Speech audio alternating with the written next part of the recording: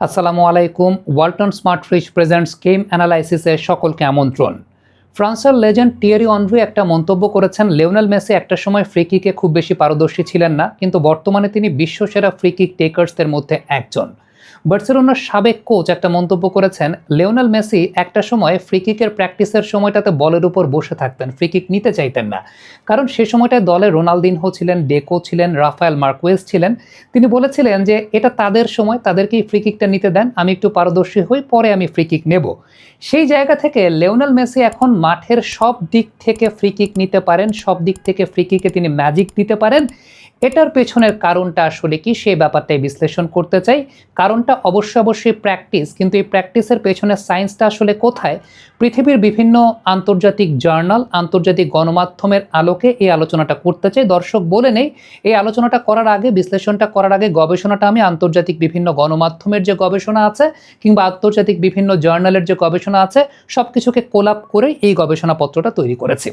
প্রথমত একটা বিষয় মার্কায় দেখতে পেয়েছিলাম, মার্কা আন্তর্জাতিক একটা ক্রীড়া গণমাধ্যম, তারা বলেছিল লিওনেল মেসির ফ্রি কিকের সবচেয়ে উল্লেখযোগ্য বিষয়টা হচ্ছে তিনি কয়েকটা স্টেপ নিয়ে ফ্রি কিকটা নেন, কয়েকটা স্টেপে ফ্রি কিক নেন। এই কয়েকটা স্টেপে ফ্রি কিক নেয়ার কারণে বলের উপর সাইড স্পিন এবং টপ স্পিন দুইটাই তিনি জেনারেট করতে পারেন। এক্ষেত্রে তার বডি অ্যাঙ্গেল এবং বডি পোশ্চারটা খুব কম্প্যাক্ট থাকে, তার কোরটা টাইটেনিংটা অনেক ইম্পর্টেন্ট ব্যাপার, এবং তার পয়েন্ট অফ কন্ট্যাক্টটা খুব ইম্পর্টেন্ট। কারণ খেয়াল করে দেখবেন মেসি প্রত্যেকটা সময় বলের লোয়ার সেকশনে হিট করেন এবং পাটাকে আপওয়ার্ড থ্রু দ্য বল নেন, এবং এক্ষেত্রে যে বিষয়টা হয় সেটা হচ্ছে বলের যে টপ স্পিনটা, ওই কার্ভটা টপ স্পিন জেনারেট করে এবং প্রায় মনে হয় যে বলটা হয়তো বা বার পোস্টের ওপর দিয়ে চলে যাবে, কিন্তু বলটা একদম লাস্ট মোমেন্টে ডিপ করে। মার্কা এই কথাটাই বলেছে যে এক্ষেত্রে নাম্বার ওয়ান যে বিষয়টা, তিনি কয়েকটা স্টেপে নেন এবং সেই সঙ্গে বলের একদম নিচের পোর্শনটাতে তিনি হিট করেন। মার্কার গবেষণাপত্রে আরেকটা জিনিস উঠে এসেছে যে লিওনেল মেসি ঠিক যে সময়টাতে বলটাকে কিক নেন, যে সময়টাতে মেসি বলে কিক নেন, সে সময় তার অ্যাঙ্কেলের পজিশনটা 50 ডিগ্রিতে থাকে।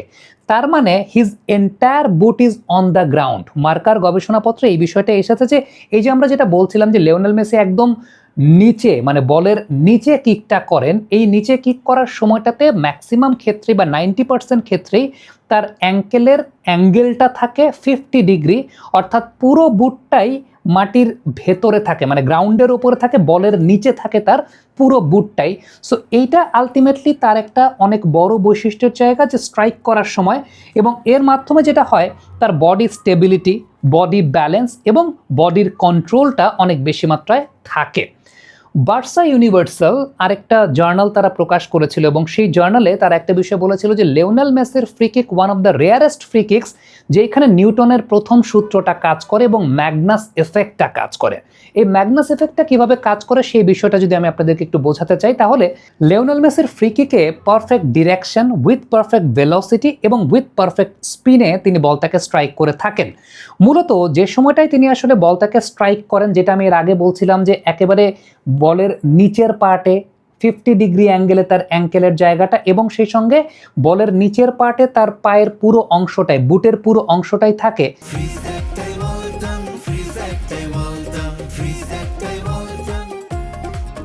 এতে যে বিষয়টা ঘটে সেটা হচ্ছে বলটা একটা ডিরেক্ট প্যাচ যখন ফলো করে ইন দ্য এয়ার, তখন এয়ার রেজিস্ট্যান্স ক্রিয়েট হয় বলের দুই পাশেই, এবং সেটা বাতাসটাকে আসলে স্লো ডাউন করে দেয়। তবে বলের যে স্পিনটা তিনি জেনারেট করেন, যেটা আমি শুরুতে বলেছিলাম যে আলটিমেটলি খুব ছোট রান আপে তিনি যখন নেন তখন টপ স্পিন এবং সাইড স্পিন দুইটাই জেনারেট করতে পারেন। এই বলের স্পিনটার জন্য বলের এক পাশের বাতাস বলের স্পিনের বিপরীত দিকে ঘুরে এবং সেই পোর্শনটাতে বাতাসের প্রেশারটা বেড়ে যায়। আবার অন্যদিকে বলের যে আরেকটা পোর্শন আছে, সেই আরেক দিকের বাতাস বলের স্পিনের দিকে ঘুরে। সো আলটিমেটলি সেই জায়গাটাতে এয়ার প্রেশারটা লো হয়। এখন এই যে দুই পাশের এয়ার প্রেশারের যে পার্থক্য, দুই পাশের এয়ার প্রেশারের পার্থক্যের কারণে বলটা কার্ভড হয় এবং কার্ভড হয়ে লো এয়ার প্রেশারের দিকে বলটা যায়, যে কারণে এটাকে ম্যাগনাস এফেক্ট বলা হচ্ছে, এবং লো এয়ার প্রেশারের দিকে গিয়ে গোলকিপারকে অনেক বেশি মাত্রায় কনফিউজড করে তোলে এবং গোলকিপার আলটিমেটলি অ্যান্টিসিপেট করতে পারে না। এবং যেটা বলছিলাম যে তার যেহেতু টপ স্পিন এবং সাইড স্পিন দুটোই আছে, সো আলটিমেটলি এই কারণে বলটা খুব তাড়াতাড়ি ডিপ করতে পারে, বা যেই জায়গাটায় তিনি আসলে করতে চাচ্ছেন সেই জায়গাটায় ডিপ করতে পারে। এখন এটা তো সায়েন্টিফিক ব্যাখ্যার ব্যাপার যে মেসির ফ্রি কিকটা আসলে এইভাবে হয়, কিন্তু এক্ষেত্রে মেসি আসলে এক্সপার্ট কিভাবে হয়েছেন?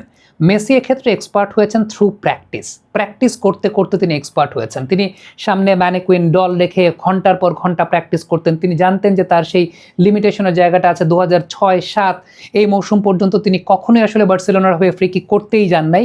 2008 সালে লিওনেল মেসি সর্বপ্রথম ফ্রি কিকে গোল করেছিলেন এবং তারপর থেকেই আসলে তার ফ্রি কিকে গোল করার রেশিওর জায়গাটা কিন্তু প্রতিনিয়ত বেড়েছে। বিশেষ করে 17, 18, 19, 19-20 এই সময়টাতে তার সেট পিসে গোলের রেকর্ডটা কিন্তু অনেক ভালো। ইন রিসেন্ট টাইমস ইন্টার মায়ামির হয়েও তিনি সেট পিসে গোল দিয়েছেন, আর্জেন্টিনার হয়তো তিনি সেট পিসে গোল দিচ্ছেন, সবচেয়ে বড় ভরসার জায়গা। সো মেসি ঘন্টার পর ঘন্টা প্র্যাকটিস, বারবার প্র্যাকটিস, এইভাবেই কিন্তু নিজের এই লিমিটেশনটাকে দূর করেছেন।